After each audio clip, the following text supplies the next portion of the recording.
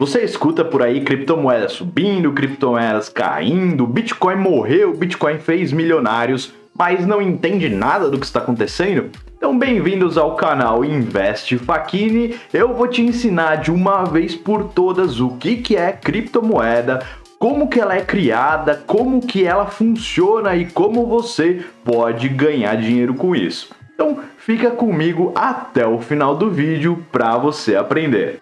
Quer saber tudo sobre criptomoedas para investir melhor e com segurança? Então conheça a New Coins. O link está na descrição. E aí, beleza? Eu sou o Fábio Facchini, criador desse canal. Tenho mais de 15 anos no mercado financeiro e conheci o Bitcoin em 2017. E desde lá eu venho estudando na profundidade. Eu fiquei maravilhado com as possibilidades que essa tecnologia permite. Eu fiz esse canal no YouTube justamente para ensinar as pessoas como elas podem tirar proveito dessa tecnologia, participar dessa nova economia e ganhar dinheiro. Eu vou deixar o link aqui na descrição das minhas redes sociais, também tem o grupo do Telegram, entra lá, vamos trocar uma ideia.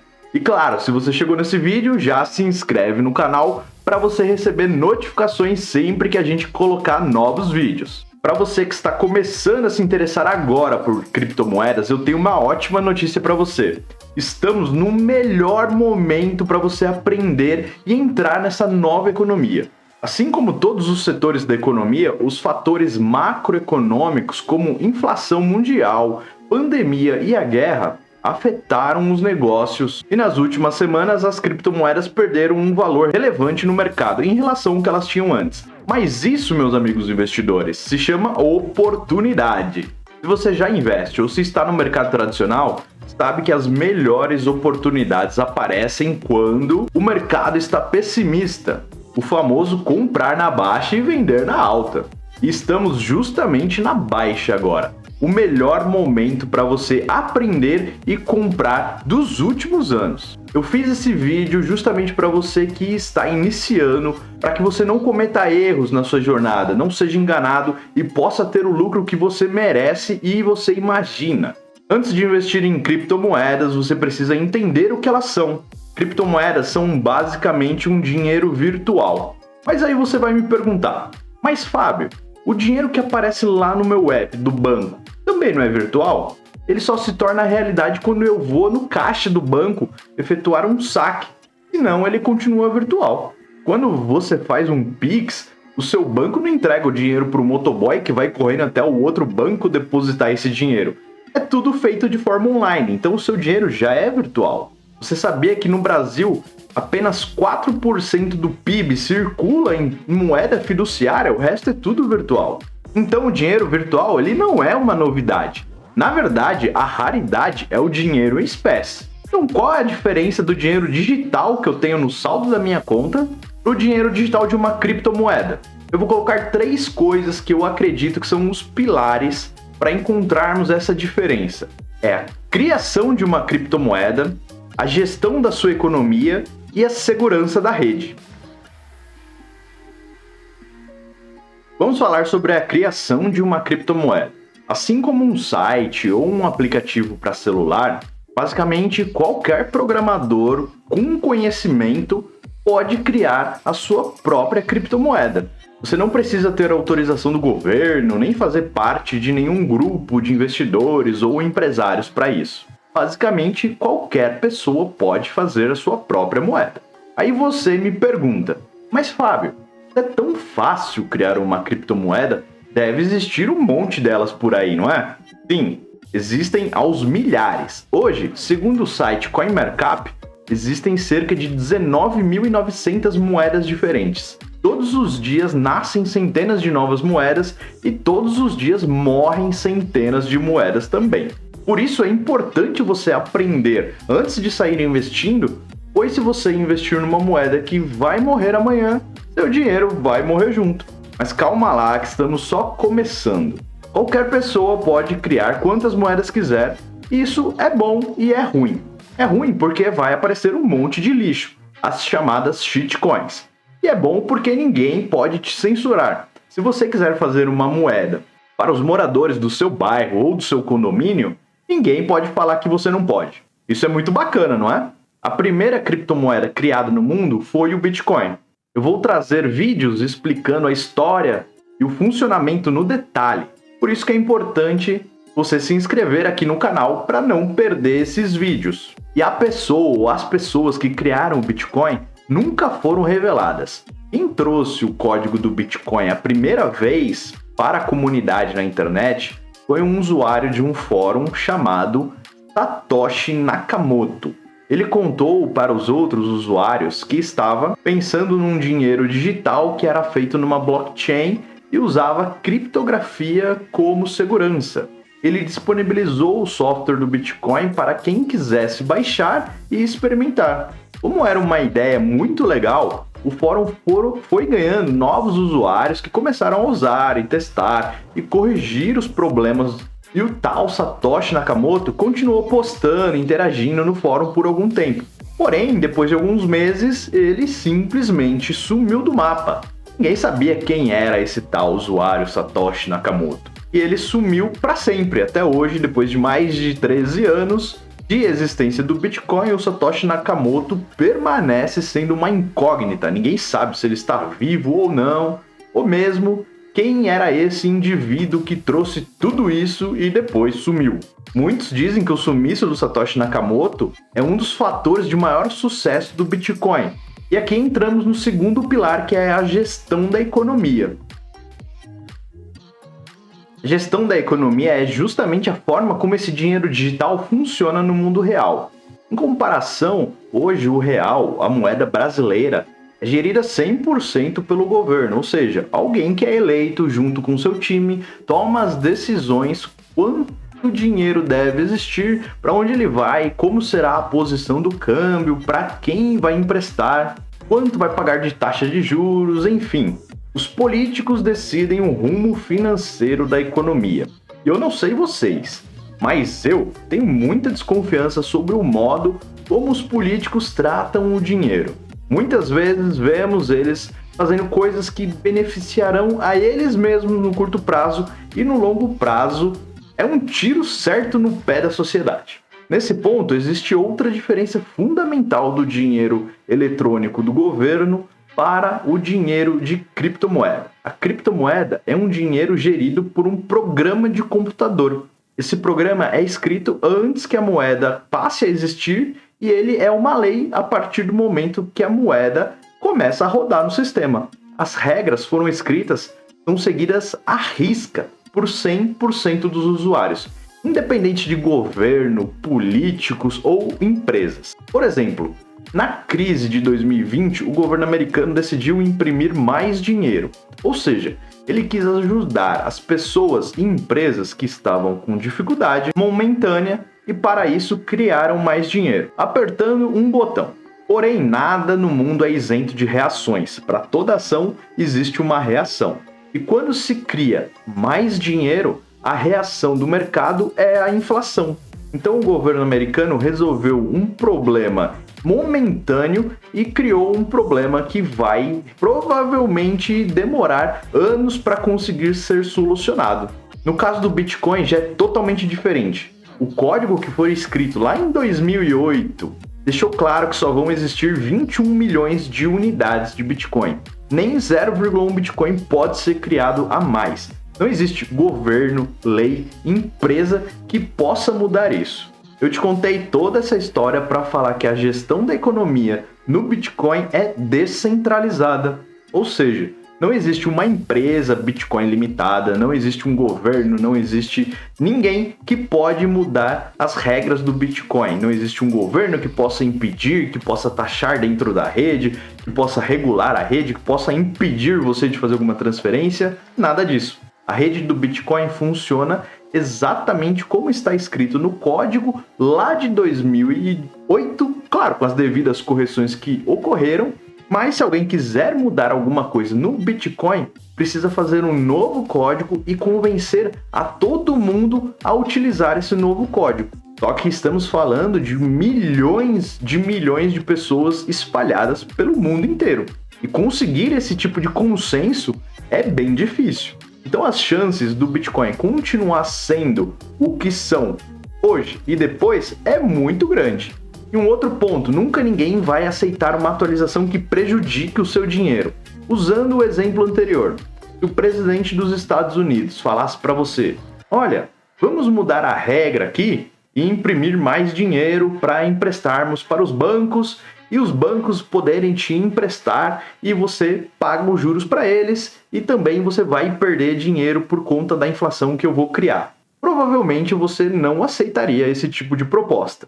No caso de uma criptomoeda como o Bitcoin, essa alteração precisaria ser enviada para todos os usuários e os usuários provavelmente não iam aceitar algo que prejudique o dinheiro deles. Sendo assim, o Bitcoin continuaria intacto e como ele tem uma oferta limitada de quantidade, ao longo do tempo é normal que as pessoas vão comprando, vão acumulando e sobre menos Bitcoins no mercado. Por isso que a tendência de longo prazo, como a gente pode ver no gráfico de Bitcoin, é sempre de crescimento. Já no caso do dinheiro fiduciário, que inclusive tem esse nome porque o valor depende somente da confiança no político, porque não existe lastro, não tem nenhuma garantia, eles vão mudar ao bel prazer, eles vão mudar inclusive da forma que melhor beneficiarem eles nas próximas eleições e depois a sociedade que rebole para arrumar. E falando de lastro, também é um ponto importante, porque muita gente vai te dizer por aí, mas o Bitcoin não tem garantia de nada, ele não tem garantia, não tem lastro, ele não vale nada. Realmente, o Bitcoin ele não tem nenhum lastro, mas o dinheiro fiduciário também não tem lastro. Isso antigamente, muito antigamente, existia uma garantia em ouro para cada dólar emitido. Então você tinha $1, ele era equivalente a $1 em ouro que você poderia resgatar. Mas já tem muitas décadas que isso não existe mais. Hoje o valor do dinheiro é o valor do papel, basicamente. Ele não tem garantia nenhuma. Se amanhã o real inflacionar, igual já aconteceu no passado, né, com o nosso cruzeiro, com o nosso cruzado, e chegar a valer muito pouco, você não pode ir lá no Banco Central e trocar por nada. Então, assim como o Bitcoin não tem um lastro, a nossa moeda e qualquer outra moeda do mundo basicamente não tem lastro também. E fechando o segundo pilar da gestão da economia, o sumiço do Satoshi Nakamoto foi bom para o Bitcoin. Porque por mais que sozinho ele não conseguisse alterar nada no código hoje em dia, só o fato de não existir alguém que tenha poder ou influência gera mais confiança, muito mais confiança do que nos políticos. E hoje, de fato, quem manda no Bitcoin são todos os usuários juntos. E vamos para o terceiro e último pilar, segurança da rede. Hoje o seu dinheiro é mantido a salvo graças à tecnologia dos bancos com seus times de segurança cibernética. Custam milhões de dólares por mês. E eles fazem um bom trabalho.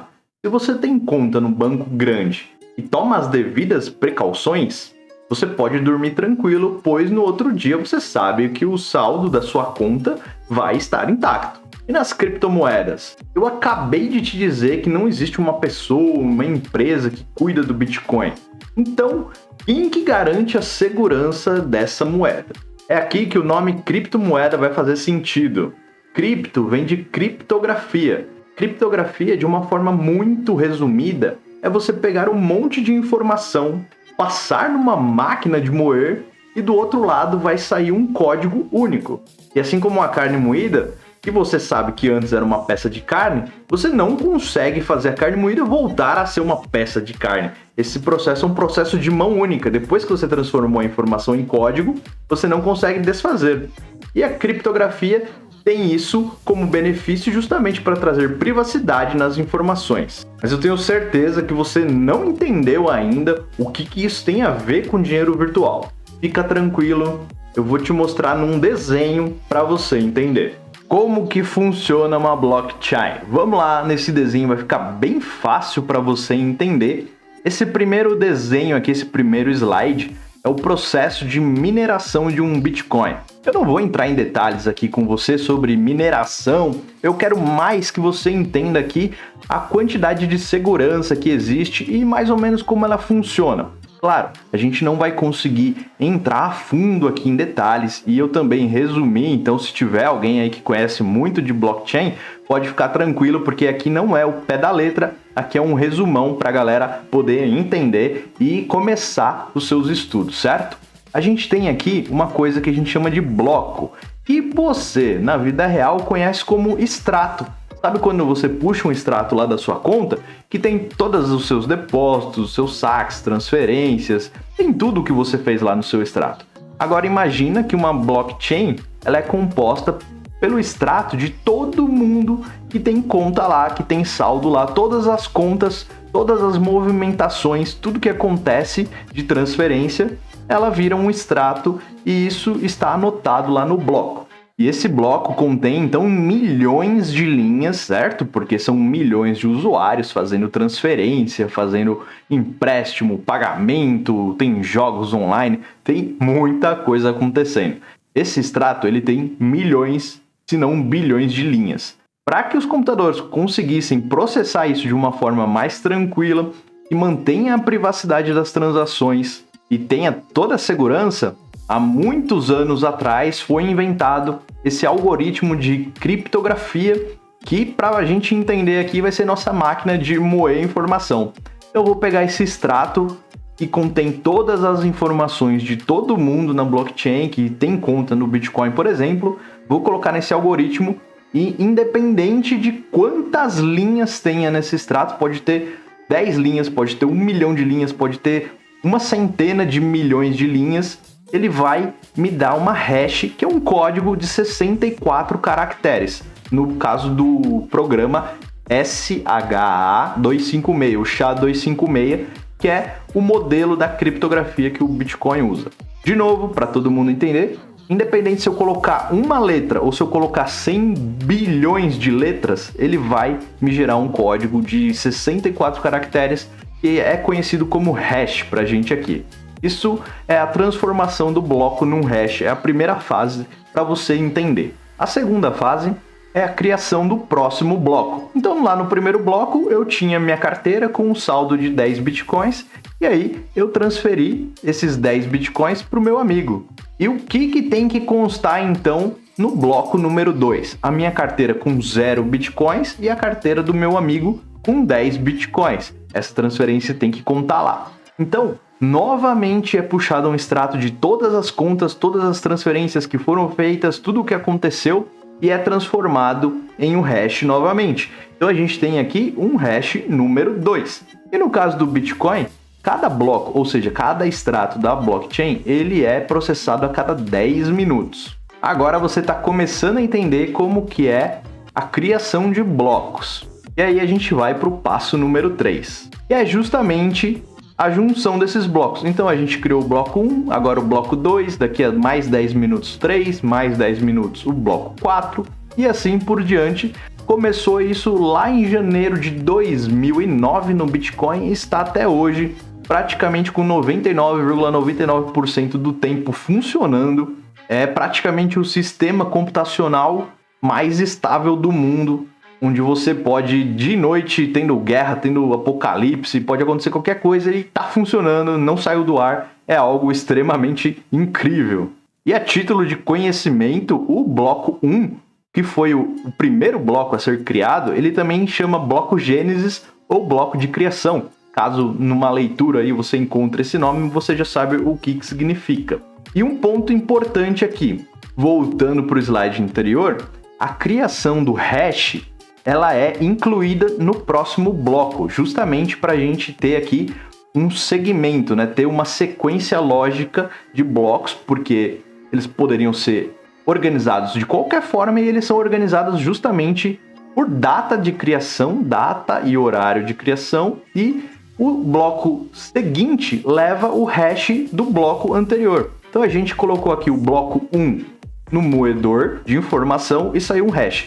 Esse hash a gente pega ele e põe ele como primeira informação do bloco 2.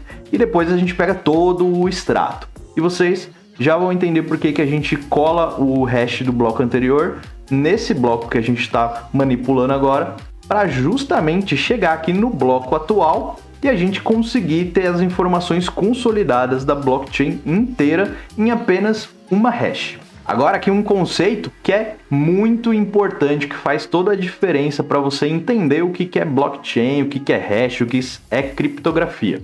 Lembra que independente da quantidade de informações que você coloca lá no moedor de informações para sair a hash, ele vai te dar um código de 64 caracteres. Independente se é um caractere que você coloca lá, ele vai transformar em 64. Se você coloca 64, vai ser 64. Se você coloca 1 bilhão, vai sair 64. Então, esse código, ele é único. Se você pegar lá 1 bilhão de letras e mudar uma letrinha, o hash vai mudar completamente. O hash final muda completamente. Isso é importantíssimo porque lembra que a gente coloca, olha aqui, o bloco 1, 2, 3 e 4. A primeira informação é o hash do bloco anterior. Então esse bloco ele passa a ter as informações já vinculadas ao bloco anterior, porque se eu mudar qualquer informação no bloco anterior, vai mudar a hash dele, automaticamente muda a hash do próximo bloco e do próximo, e vai mudar todas as hashes dos próximos blocos, certo?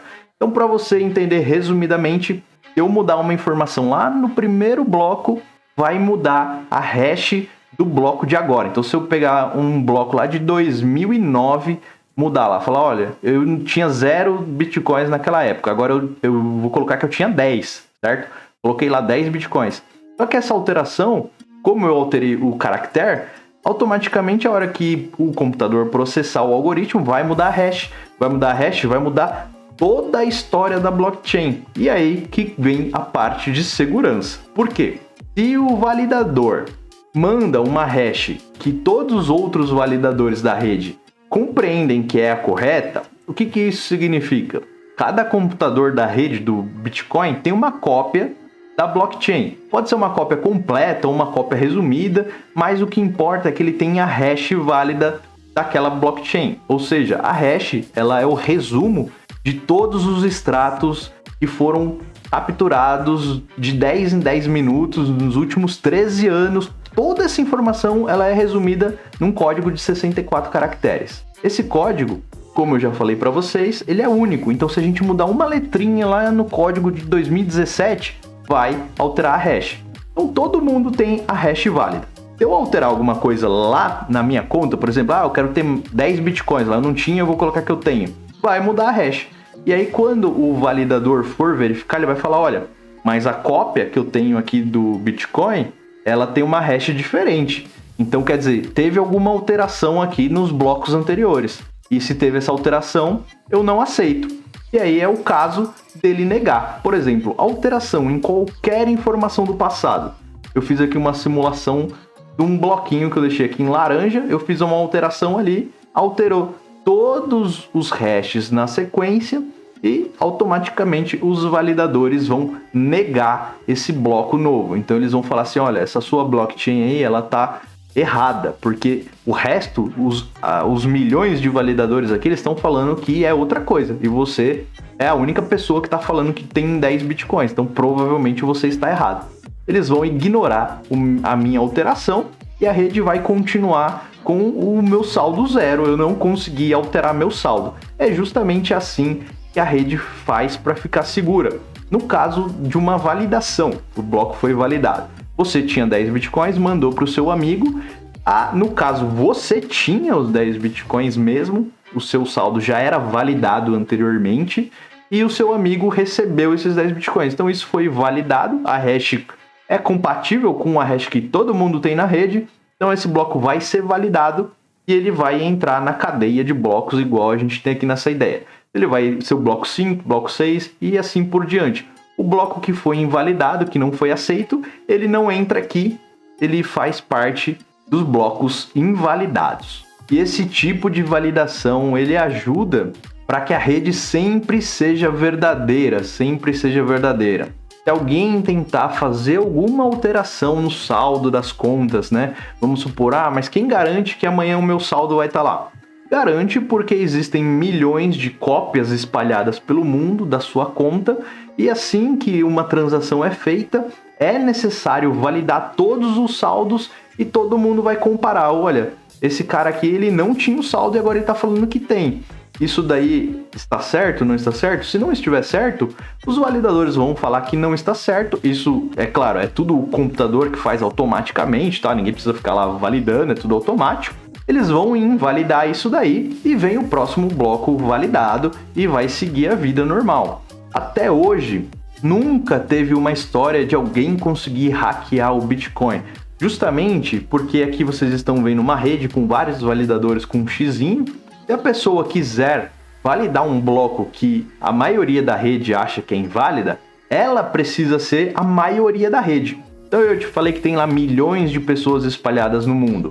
Se essa pessoa quiser validar um bloco que todo mundo acha que é inválido, ela precisa ter um poder computacional maior do que a maioria, do que mais de 50% de toda a rede Bitcoin do mundo.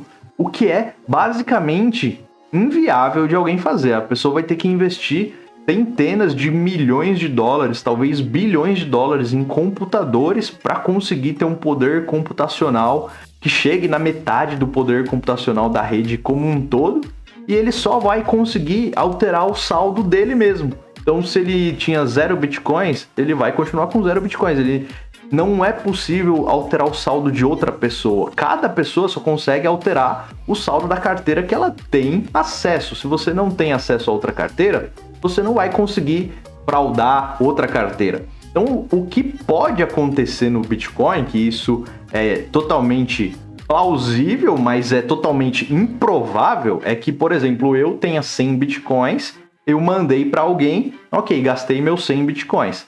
E aí, se eu tiver o poder computacional seja maior que 50% que a rede inteira, eu posso criar um novo bloco alterando essa transação, dizendo que essa transação não existiu, e apesar de eu ter enviado 100 bitcoins, por exemplo, ter comprado uma casa e a casa já ser minha, eu posso refazer essa operação e eu volto a ter os 100 bitcoins. Só que, de novo, a pessoa vai ter que gastar centenas de milhões, bilhões de dólares em computador para fazer isso, para conseguir validar esse bloco, talvez conseguir validar esse bloco, e só vai ter ali os 100 bitcoins de volta. E depois ela vai ter todo esse aparato que não vai servir para nada. Então, é basicamente improvável. Pode acontecer, é possível, tecnicamente falando, mas financeiramente falando, e também questão de tempo, questão de dificuldade tecnológica, é muito difícil que no futuro nós tenhamos algum problema em relação a isso.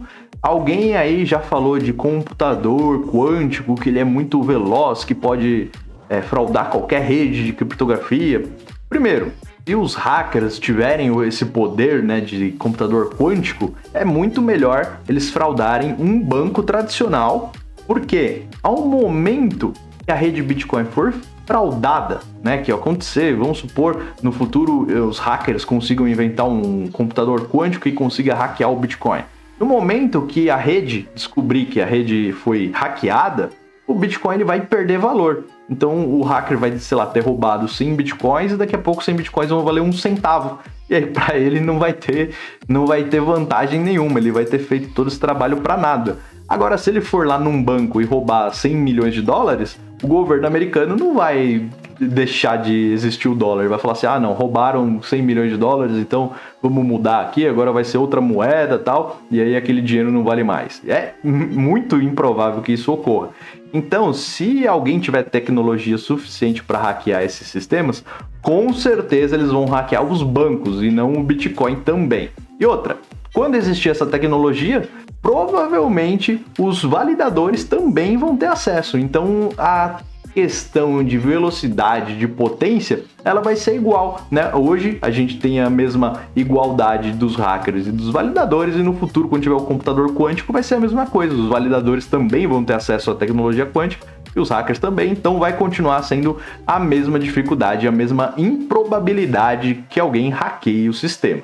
Eu sei que tem muita informação, e para quem está começando é bastante coisa, mas é ideal que você perceba a profundidade do assunto, porque não é um assunto de shitcoin, de memecoin que você precisa entender. Infelizmente, muita gente acaba entrando no mercado de investimento de criptografia porque viu um amigo investindo numa moeda meme, viu alguma matéria falando que ia valorizar 50 mil%, e aí acaba entrando sem nem saber o que está fazendo. Aqui eu estou te dando uma visão geral para você conhecer e, primeiro, para você saber que existe muita coisa para você entender e para você levar em consideração. Não é somente a moeda do cachorrinho que vai te deixar feliz, porque você precisa entender essa parte de tecnologia para depois você conseguir avaliar os seus projetos que você pretende investir com uma cabeça mais aberta sobre o que é a tecnologia e o que ela pode fazer.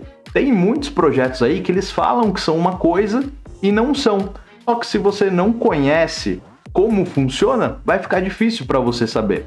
Então, a ideia aqui não é eu te dar o peixe, é eu te dar condições de você aprender a pescar. Por isso, novamente, se inscreve aqui no canal. Toda semana eu vou colocar um vídeo com um conteúdo mais voltado aqui para fundamentos, para você que está começando, para você que está buscando melhorar o seu tipo de investimento, quer acessar essa nova economia, a economia do futuro de blockchain, de Web3, de metaverso, de NFT. Vamos falar de tudo isso aqui. Só preciso de uma coisa, que você esteja aqui comigo. Mas calma que ainda não acabou. Deixa eu voltar para a tela grande e aí a gente continua. Exemplo de funcionamento de uma blockchain, eu te falei em relação ao Bitcoin. Existem várias outras aí, o Ethereum, Solana, Polkadot, ADA Cardano, Dogecoin. Cada uma vai funcionar de um jeito, por isso que é importante você entender a principal, a Bitcoin, a que tem os maiores fundamentos, os melhores fundamentos, os maiores investidores, a maior segurança, a maior descentralização, porque assim você consegue avaliar as outras redes com um olhar mais técnico. Nesse ponto do vídeo eu tenho certeza que você já está olhando criptomoedas de outro jeito. Você já sabe agora qual que é a diferença da criptomoeda para o dinheiro digital, para o dinheiro virtual, para o dinheiro estatal. Qual que é a vantagem do Bitcoin, né, da criptomoeda em relação ao dinheiro estatal. São várias vantagens, né, mas você já entendeu algumas. E eu também tenho certeza que esse vídeo criou novas dúvidas na sua cabeça. Você, com certeza, teve algumas coisas que foram respondidas e teve outras coisas que você nem sabia que existiam, que agora são uma baita dúvida na sua cabeça. Por isso mesmo, tem o grupo do Telegram aqui no link da descrição, as minhas redes sociais. Entra lá, vamos trocar uma ideia. De novo, eu vou colocar vídeos aqui no canal mais voltados para quem está começando e quem quer aprender mais tecnicamente e fundamentalmente o que é blockchain, Bitcoin, criptomoeda, Web3, metaverso, NFT, hard wallet e qual que são as técnicas para você ganhar dinheiro com isso. Eu agradeço você ter assistido esse vídeo até agora. Tenho certeza que vamos nos ver de novo. Te vejo no próximo vídeo. Fui!